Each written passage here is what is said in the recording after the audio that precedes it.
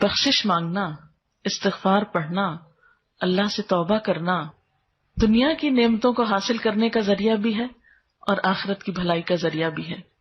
سورۃ نوح میں اللہ سبحانہ و تعالی فرماتے ہیں، حضرت نوح علیہ السلام نے اپنی قوم کو استغفار کرنے کو کہا، اور کیا کہا؟ فَقُلْتُ اسْتَغْفِرُوا رَبَّكُمْ، میں نے اپنی قوم سے کہا کہ اپنے رب سے استغفار کرو، اپنے رب سے معافی مانگو۔ تو نتیجہ کیا ہوگا؟ اِنَّهُ كَانَ غَفَّارًا، بے شک وہ بہت زیادہ معاف کرنے والا ہے۔ يُرْسِلِ السَّمَاءَ عَلَيْكُمْ مِدْرَارًا، تم پر آسمان سے خوب بارشیں برسائے گا، آسمان کو تم پر برسنے والا بنا دے گا۔ وَيُمْدِدْكُمْ بِأَمْوَالٍ وَبَنِينَ، تمہیں مال اور بیٹوں سے مدد دے گا۔ وَيَجْعَلْ لَكُمْ جَنَّاتٍ، تمہارے لیے باغات بنائے گا۔ وَيَجْعَلْ لَكُمْ أَنْهَارًا، اور تمہارے لیے نہریں جاری کر دے گا۔ آپ دیکھیں کہ ایک انسان کی خواہش کیا ہوتی ہے کہ اس کو کیا کچھ ملے، یعنی رہنے کا مقام اور حالات جو ہیں وہ پرسکون ہو، پھر اس کے بعد یہ کہ مال ہوں، بیٹے ہوں، باغ ہوں، اور زندگی کی اور آرائشیں اور نعمتیں ہوں۔ یہ ساری چیزیں کہاں سے ملتی ہیں، کیسے ملتی ہیں؟ استغفار سے ملتی ہیں۔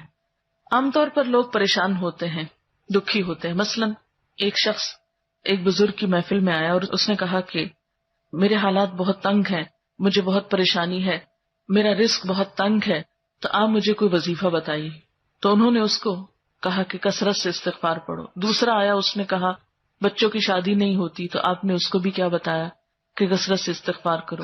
تیسرا آیا تو کہنے لگا کہ بہت قحط سالی ہے، فصلیں اچھی نہیں ہوتی، تو آپ نے اس کو بھی استغفار کا بتایا۔ تو کسی نے ان سے پوچھا کہ بھائی 3 لوگ آپ سے 3 ڈفرنٹ مسئلے لے کر آئے ہیں، اپنی پریشانیاں لے کر آئے ہیں، آپ نے تینوں کو ایک ہی چیز بتائی ہے۔ تو اس پر انہوں نے یہی سورۃ نوح کی آیت پڑھ کر سنائی کہ دیکھو یہ قرآن میں اللہ کا وعدہ ہے، اور اللہ کا وعدہ سچا ہے۔ اللہ تعالیٰ کی بات سے بڑھ کر سچی بات کس کی ہو سکتی ہے؟ ہمارے پڑھنے میں کمی کوتاہی ہو سکتی ہے، لیکن اللہ کی بات میں کوئی شک نہیں۔ ذالک الکتاب لا ریب فیہ، یہ وہ کتاب ہے جس میں کوئی شک نہیں۔ لیکن یہ ہے کہ بعض اوقات ہم خود پڑھنے میں کوتاہی کر دیتے ہیں، تو جن کا رشتہ نہ ہو رہا ہو وہ بھی، جن کا ہو چکا ہو اور شادی کے پرابلمز ہو وہ بھی، جن کا ہو چکا اور پھر بچے نہ ہو وہ بھی، ان سب کے لیے ایک ہی وظیفہ ہے، اور وہ کیا ہے؟ استغفار کا۔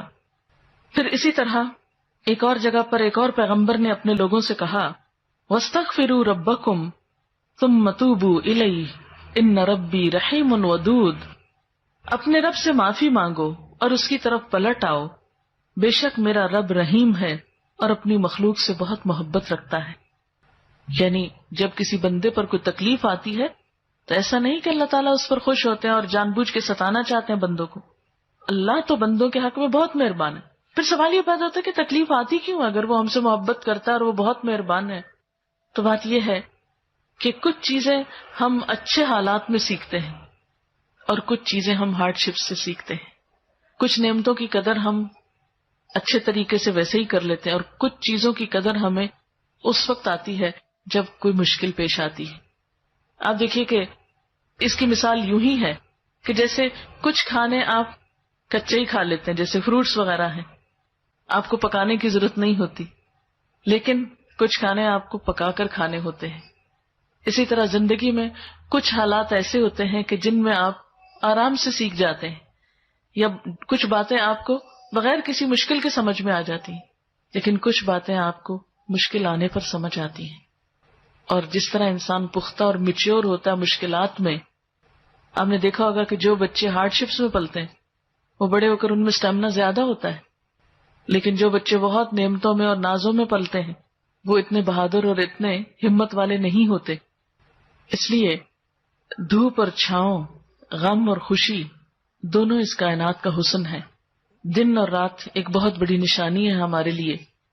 تو اس لیے جب تکلیف آتی ہے تو اس موقع پر انسان اللہ کی طرف زیادہ رجوع کرتا ہے، اللہ کو زیادہ یاد کرتا ہے، زیادہ ذکر کرتا ہے، اور اس طرح انسان کے گناہ دنیا میں ہی معاف ہونے لگتے ہیں۔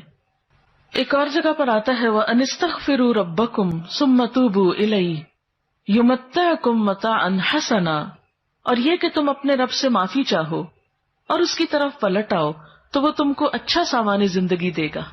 یعنی دنیا کی اچھی نعمتیں کس سے ملیں گی؟ استغفار سے. اور اس کے لیے دعائیں کیا ہیں؟ ربنا اغفر لنا، یہ قرآن پاک کی دعائیں ہیں استغفار کی. ربنا اغفر لنا ذنوبنا واسرافنا فی امرنا وثبت اقدامنا. ایک اور دعا ہے ربنا آمنا فاغفر لنا وارحمنا وانت خیر الراحمین. پھر اسی طرح ربنا ظلمنا انفسنا وان لم تغفر لنا وترحمنا لنکونن من الخاسرین انت ولینا فاغفر لنا وارحمنا وانت خیر الغافرین. پھر اسی طرح ربنا فاغفر لنا ذنوبنا وکفر عنا سیئاتنا وتوفنا مع الابرار. پھر اسی طرح رسول اللہ صلی اللہ علیہ وسلم نے بھی کچھ ایسی دعائیں سکھائی ہیں جو استغفار کا ذریعہ ہیں. رب تقبل توبتی واغسل حوبتی واجب دعوتی وثبت حجتی واہد قلبی وسدد لسانی واسلل سخیمۃ صدری.